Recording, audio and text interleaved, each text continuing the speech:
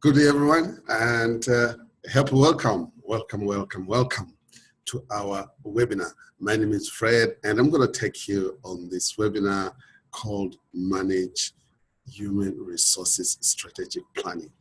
This is a fantastic video. This is a fantastic webinar discussing how the human resources that organizations have, how these are really managed.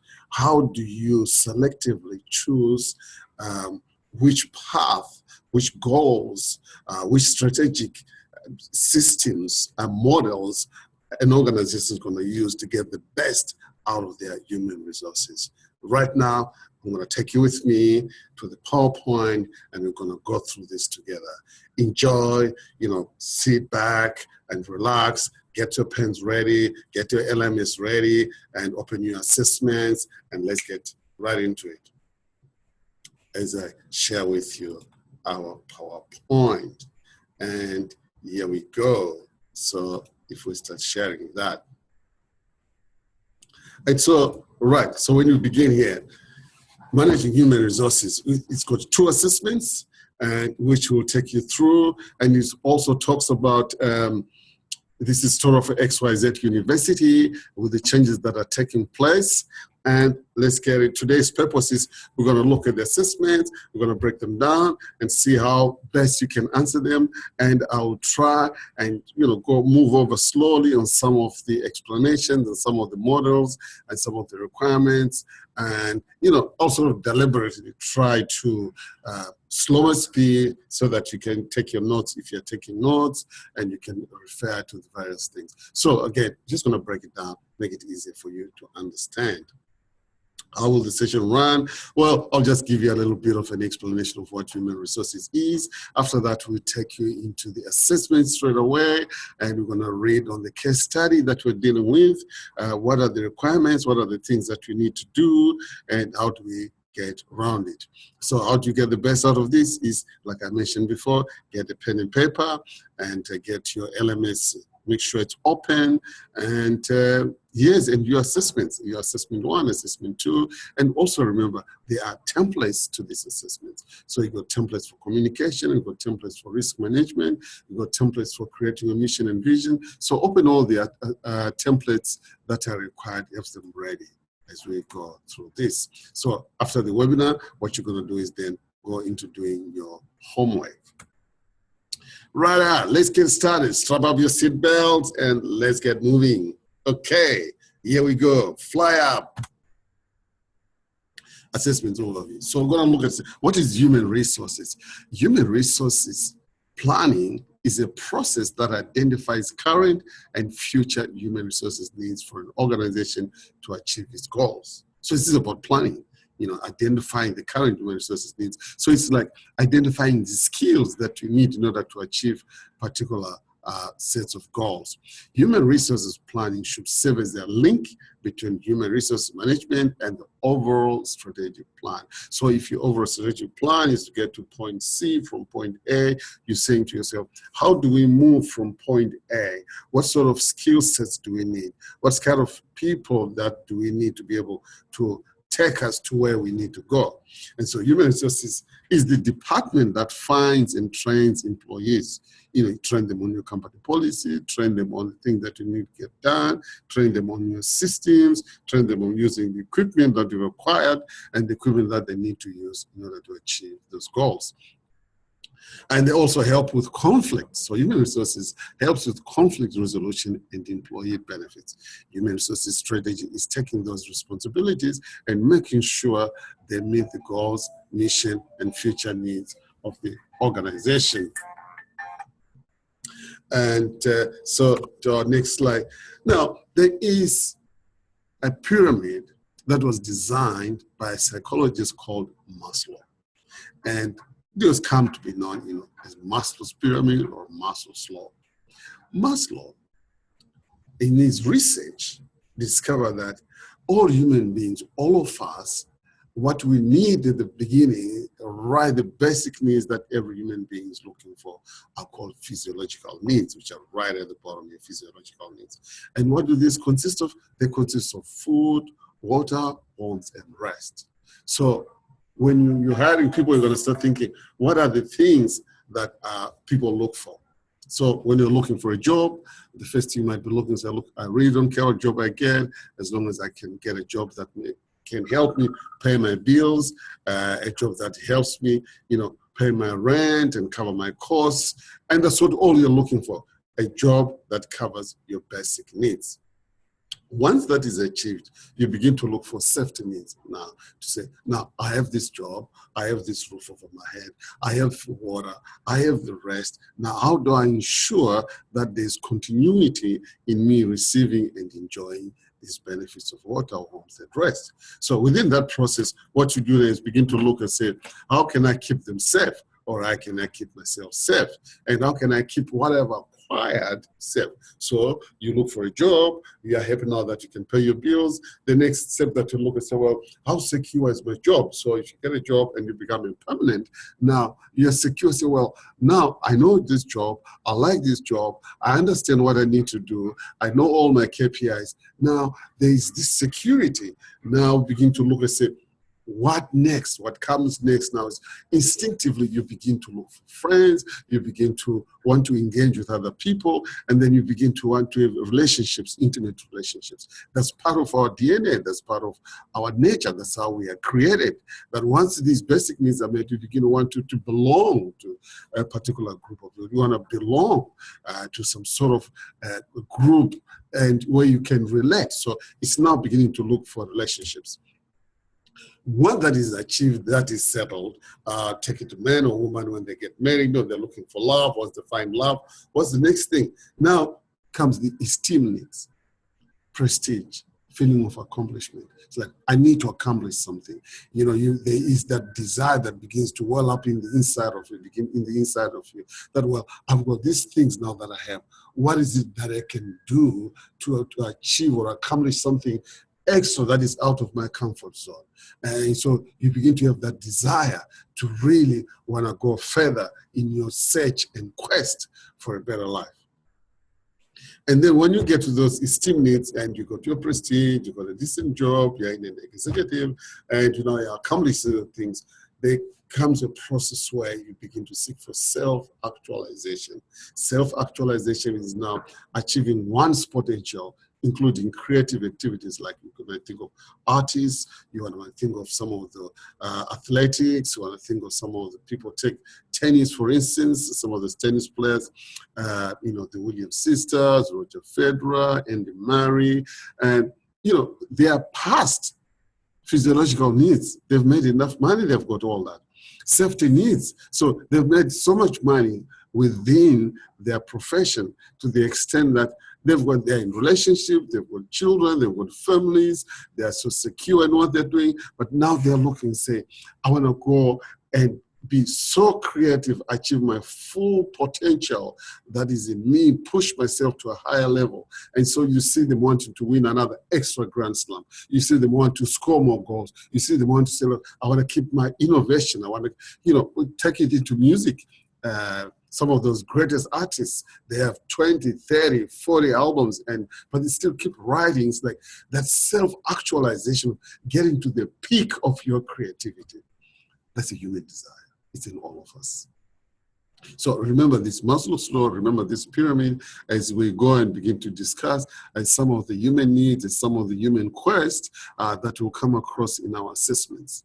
And we might, once in a while refer back to this, but keep this in your mind. Take this, go research more on it, and keep it by your bedside or by your office. Begin to look at yourself and say, where am I? Am I at the physiological needs? Am I at the safety needs? At what level am I in? And if I fulfill my potential, or am I trying to seek to my potential? So you'll find you can never jump from physiological needs straight into self-actualization. You can never jump these two, because if you do, you still fail to self-actualize, because there are still these two areas that you have not yet covered, that nature is still taken through you. So let's get back. Assessment, right? Let's look at our assessment, and I'm going to share with you my assessment. Let's go to assessment 1. Let's look there, and Yes, that's assessment task one. Let's look at what they say. So the resources for assessment one is case study, XYZ University, and then we've got the human resources strategy plan template. You need to have that with you. Let's read with you together. Let's read together. Australia's tertiary education has undergone substantial changes in the past few years, with the influx of international students and potential amendments being considered by politicians around the cost of degrees. You are a human resource manager employed by XYZ University. The planning process of strategic direction for the next 3 years is due, and you'll be required to create the final documentation for the university board. So I'm sure you're aware that with the influx of international students, there's been a lot of changes that the government wants to see, and the goals have changed. So they're going to look and say, how best can we adapt ourselves to the changing needs of the society and to the changing needs around the world. And so when you review this case, we're going to look at, say, in the template says, review the case study XYZ, and based on the information included in the case study and research you conduct, complete human resources strategy template. So how do you complete this template? To start with, it's got an introduction portion of strategic planning, mission and vision, why you have created your human resources department to reflect this strategic direction.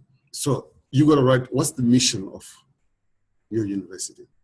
What's the vision? Where does the university want to see itself, probably in 20, 30 years? What is their desired goal? What is their desired thing that they need to achieve? And mission is how they're going to go about it. So let's look at the consultation process. Who would you consult with, and five topic areas to be covered? So, and number 2, environmental analysis of the university, including the brief background. So give us a brief background. There is a whole case study on the university, what's the background of this, and they're going to do a PESTEL analysis, SWOT analysis, and workforce analysis plan. So let's talk about the PESTEL. PESTEL analysis, P stands for political, E stands for economic, I think we did that with you, S for social, T for technology, and L for legal, and E for environmental. So what we are saying is with P, when you do your PESTEL analysis, what are the politics that are surrounding the changing of the university strategies? What political issues have necessitated this? Or what are the sort of political regulations that have been brought into this? So as we can see here, when you look at the background, you're going to begin to separate the factors that have brought about change. For instance, economic. What's the economic situation? Well, a lot of international students that come into the country, what are they doing? They pay the fees. So that's a really huge income to the economy. They add a lot of money to the economy when they come here. Besides paying all the fees, there's also the accommodation, they buy clothes, they eat food. I mean, wherever you go into campuses and just see, for instance, if a student is spending $20 to $50 a day, and if we have something like 70,000 students in Australia, just at the minimum, how much money is being spent on it? If they spend, for instance, $10 a day, right? $10 a day multiplied by 70,000 students. We're talking of 700,000. So quite a lot of money. And then we're going to look at what are the social factors that has brought about this change, or what are the social factors that affect the university, the XYZ, and what are the technological factors. So mostly in universities, as the one who talk about technological factors would mean the way lectures are presented, probably using different modules, using different systems, using different gadgets, could be overheads, could be apps, like how they are being delivered, could be maybe online. And these are all coming to the way technology has changed, the way universities are run, or the way lectures are presented, and the way students are taught. I mean, just to start with, for instance. Years ago, if you needed to do some research, you had to physically go into a building called the library, and in the library, you put your name down for a particular book that you're waiting for, and then when that book comes back, then you get a phone call, or you come into the library and then pick it up and go, for a number of days and bring it back. But now with the technological advancement, what we have, you can access your library online. You don't have to physically go there. You got all the links to all the books in the library, even some of the books that are in libraries in other countries, you can have access to all that. So that's, again, one way that technology has changed the way it's done. And another way technology has changed the way lectures are delivered is, for instance, the way we're doing through webinars.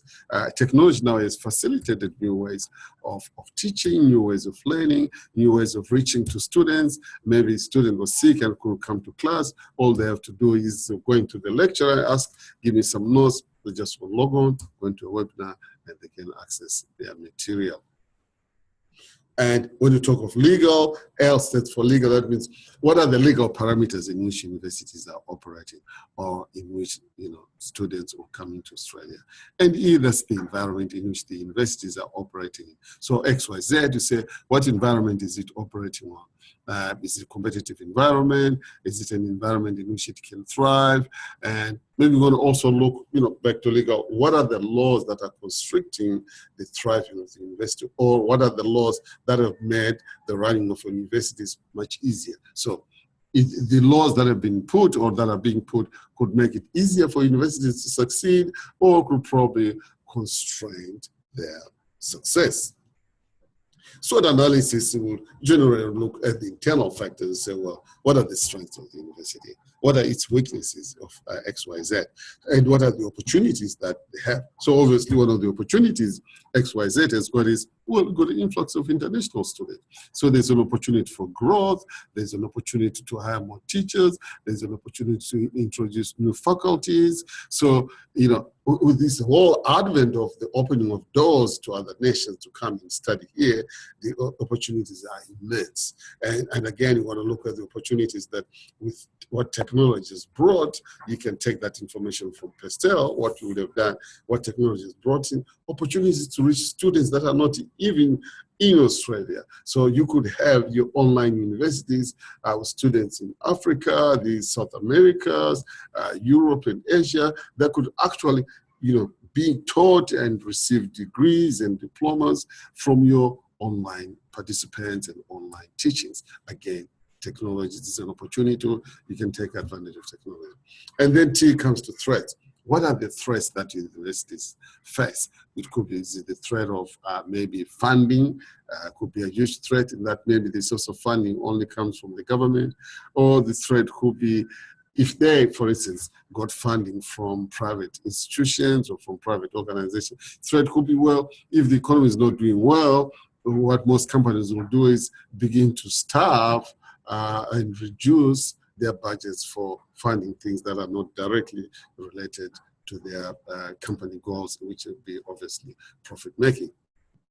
So you could say that's a threat, funding would be a threat. Again, another threat you might put there could be, well, the legal issues. So if laws are constantly changing in a country, that could pose a threat to the ongoing planning of the university, because as the universities plan, they're not planning only for this year or next year. When they buy equipment, they're not only buying that equipment for this year and for this class, but they're looking into the future. So they're going to look and say, well, within this context, what are the things that could threaten our future? Is it competition? Is it probably the staffing needs, human resources needs? That, for instance, if other lecturers are being paid much higher than your universities, so the threat will be, well, in future, these lecturers could go to a university which pays them much better than what we are.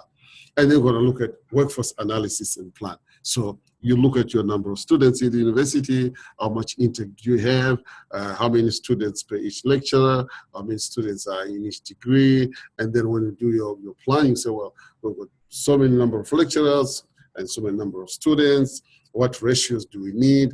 Do we need to hire more lecturers so that we can they can cope with the number of students coming in? And so this is where you do your workforce planning. You know, you're looking into the future. Not only you're looking at, say, the number of lecturers you want, but you're looking at what kind of qualifications should they have? Do you want those, professors in engineering? And what skills is your university really preparing your students for? Is it more into sciences, or is it more into arts, or is it more into research? And, all those things that you're going to have to look at. And then again, in this template, we're going to look at department goals. What are the goals for each department, the objectives? What do you need to achieve? And so you're going to really read again the case study and find out what are the university want to achieve, what are their goals, where are they going, and going to allocate a budget for each strategic goal. And then number 5, complete the appendix with any resources, reference material, or an addition. So that's assessment 1. Like I mentioned, you're going to have to look at the template. The template here is called strategic planning. So your strategic plan, you look at that template. So once you finish that template, the assessment 1 is done.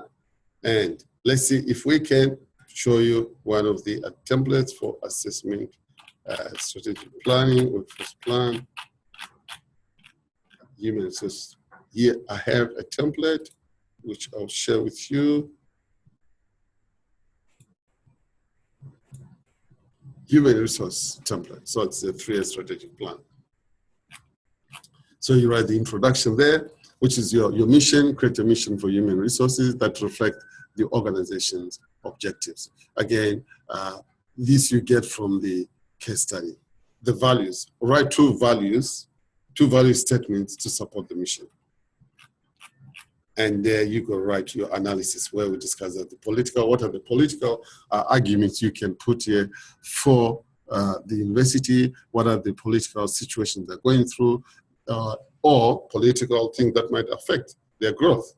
And we discussed about the economy in which the university is operating, that is the Australian economy, and how strong it is. And because the stronger the economy is, the more funding they can get from the government. And you talk about the social cultural, one of the things you may say, well, studying at university these days, it's a given thing. It's an accepted norm in society.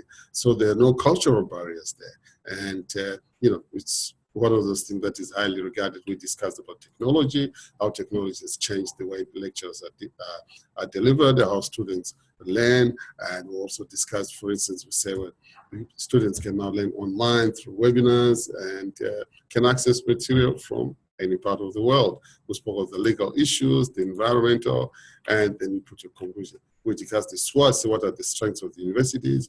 Is it because maybe the university have got a stronger funding ways, or is it the university stronger in lecturing, in teaching, or is it very popular in the area? What are the strengths of the universities? Anybody look at what are the weaknesses?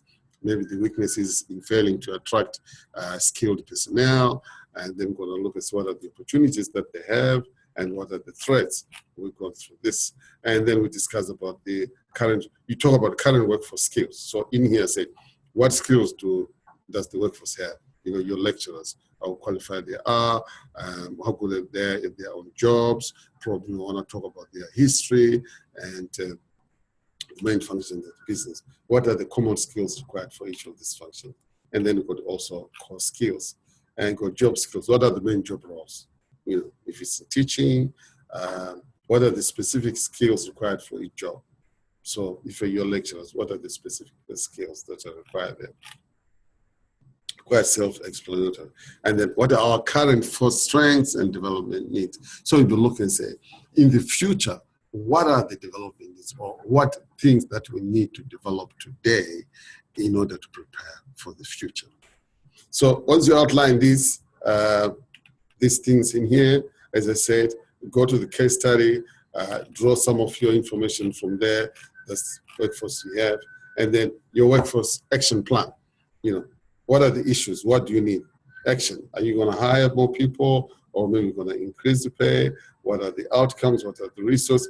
Your timeline. You're giving yourself a semester to do this, a year to do this, 2 years, 1 year, and then going to go to department goals. what are the goals? Is it to achieve a higher level of training? What are the departmental goals? So obviously, when you go back there on the case study, you'll be able to complete this template. Let me take you back to our case study.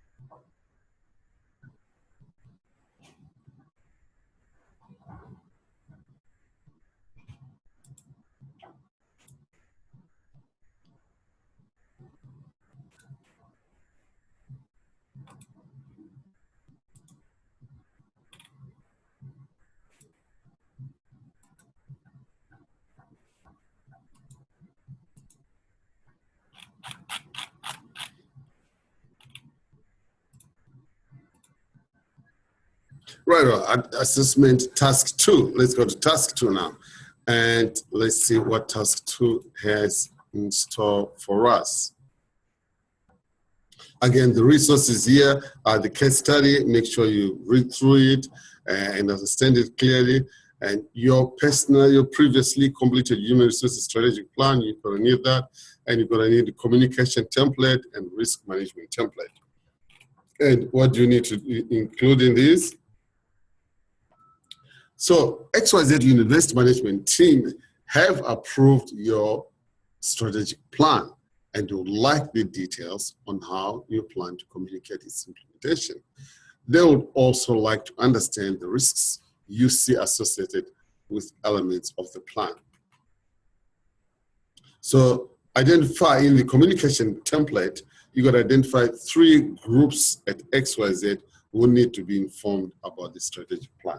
So on the 3 groups that need to be identified on the strategic plan, you'll be looking at what are the 3 groups. Could be the lecturers that need to be associated with the plan here. And I'll share with you, share the strategic template that we have for the strategic plan. This is the template. So what are the 3 groups that you need to share with community? So you're going to look at your stakeholders. Stakeholders obviously will be the employees of the university, the directors of the university, and people that you might need to decide. Could be the government, which is also, the government is a stakeholder in this. What information do they need? What information do these people need in the communication plan? And what is their level of concern? How should I deliver this information?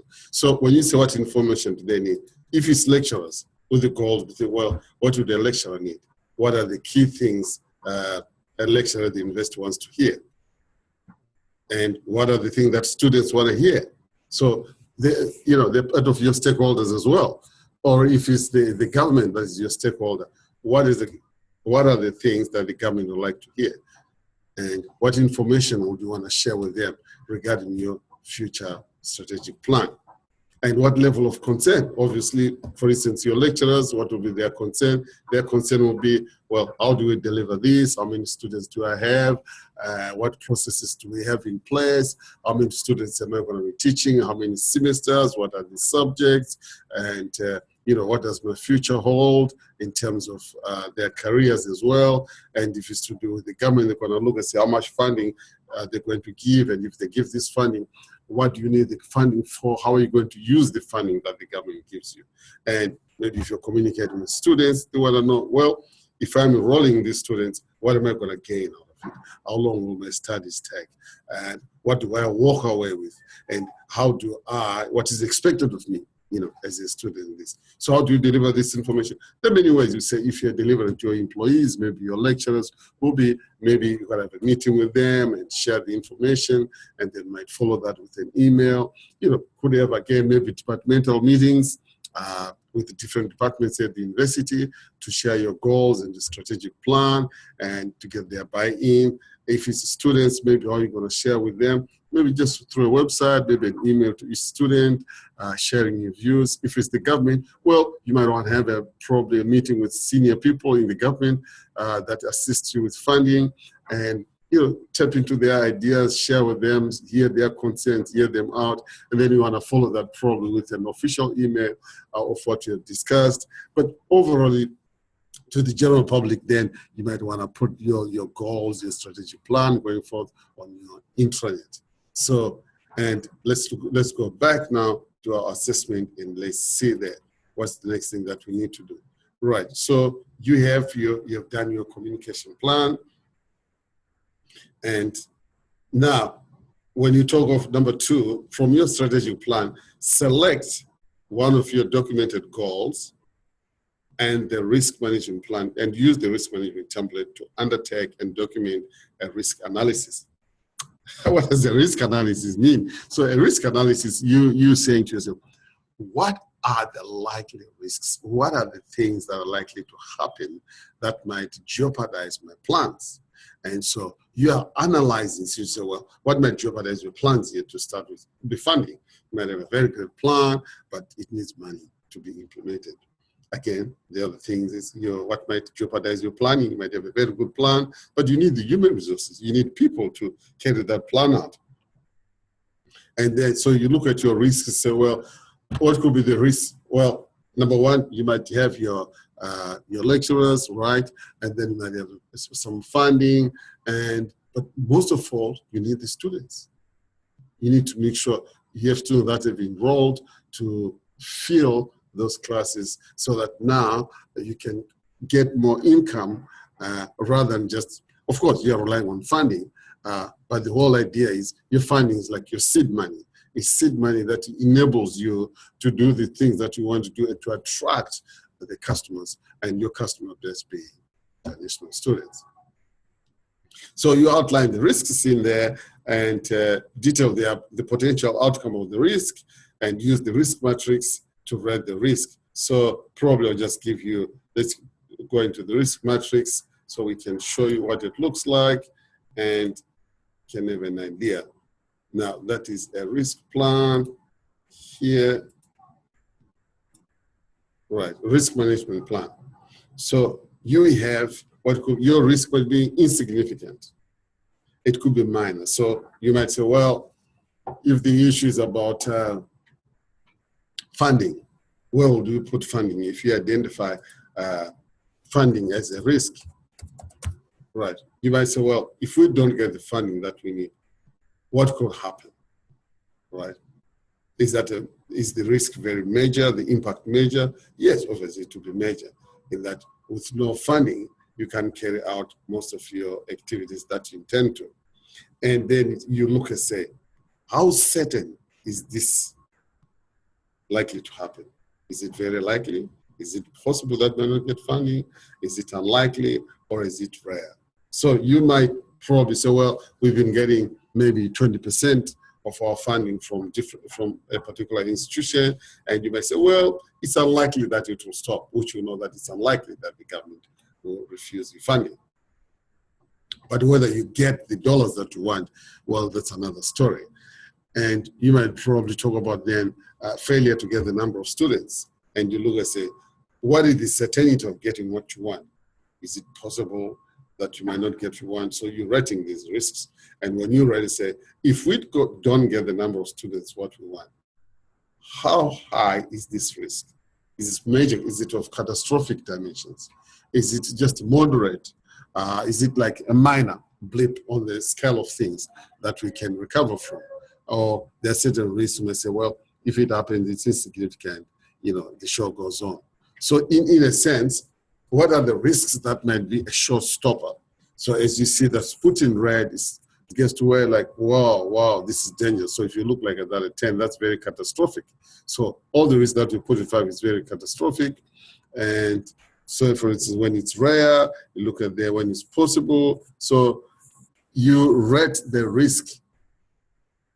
Is there any wrong answer? Is there any right answer? Not necessarily, depending on the risk that you choose. So that's your risk plan. And let's go back or question and see where we are at. So you've done your risk matrix, and then you've got to outline your proposed suggestion for treating the risk. So let's stick to funding. So if you put funding as a risk, now, so what will be your proposed suggestion for treating the risk? You might say you're not only going to rely on government funding, but also you might begin to do probably go out to some of the private companies and begin to source for other means of how they can support you, how they can support the universities. There's so many other companies that give grants, that have got foundations, and maybe you want to look for partnerships with some others, with the organizations that we can partner with. If you have got a science department, you might want to partner with a company that is also into scientific research. That could work well for you and also for your students, in that the students could get attachments from there, students could learn and see some of the latest technology those organizations bring. And, you know, in different countries and different universities, they've aligned and partners with some of the companies, and had a brilliant relationship that have benefited both the students and the university and reduced the burden on the government. So that could be the way you treat your, that risk of funding. So remember, for each of the risks, you got to put it on the matrix, how high it is, why you think, is it of catastrophic levels, or is the risk just moderate if it happens? And for you to avoid that risk, or to say, well, we really can't avoid it, it's going to happen, but how do we protect ourselves, or how do we reduce its impact on the university? And then we move it. So using the information you have placed in your HR strategic plan, create a PowerPoint presentation of the university management team. So the rest is using a PowerPoint. And by now at this stage, you now know what PowerPoints are. And there you're done. Your two assessments, and that's completed. So let's just go back and do some recap to see where we are. So we finished with that. Now, when you recap here, what do we need to look and say? The most important thing is to really understand the case study. Look for the mission of the university. Look for its vision, because you need to use this in your templates, and read some of its strengths. The strengths are very clearly there, elaborated. Look at the weaknesses, look at the political situation around it, and look at the socio-economic factors that are being explained there, and also being able to understand, really put yourself in the shoes of somebody who has to write this. If you were the HR manager of that universities, what are the things that you will consider as a risk? What are the things that you will consider as detriment to the growth and success of your plans? And again, like I said, you know, take a look at Maslow's law. Where to from here? From here is back to your assessment, and, you know, take a good look and just go in for it. You know, going for it.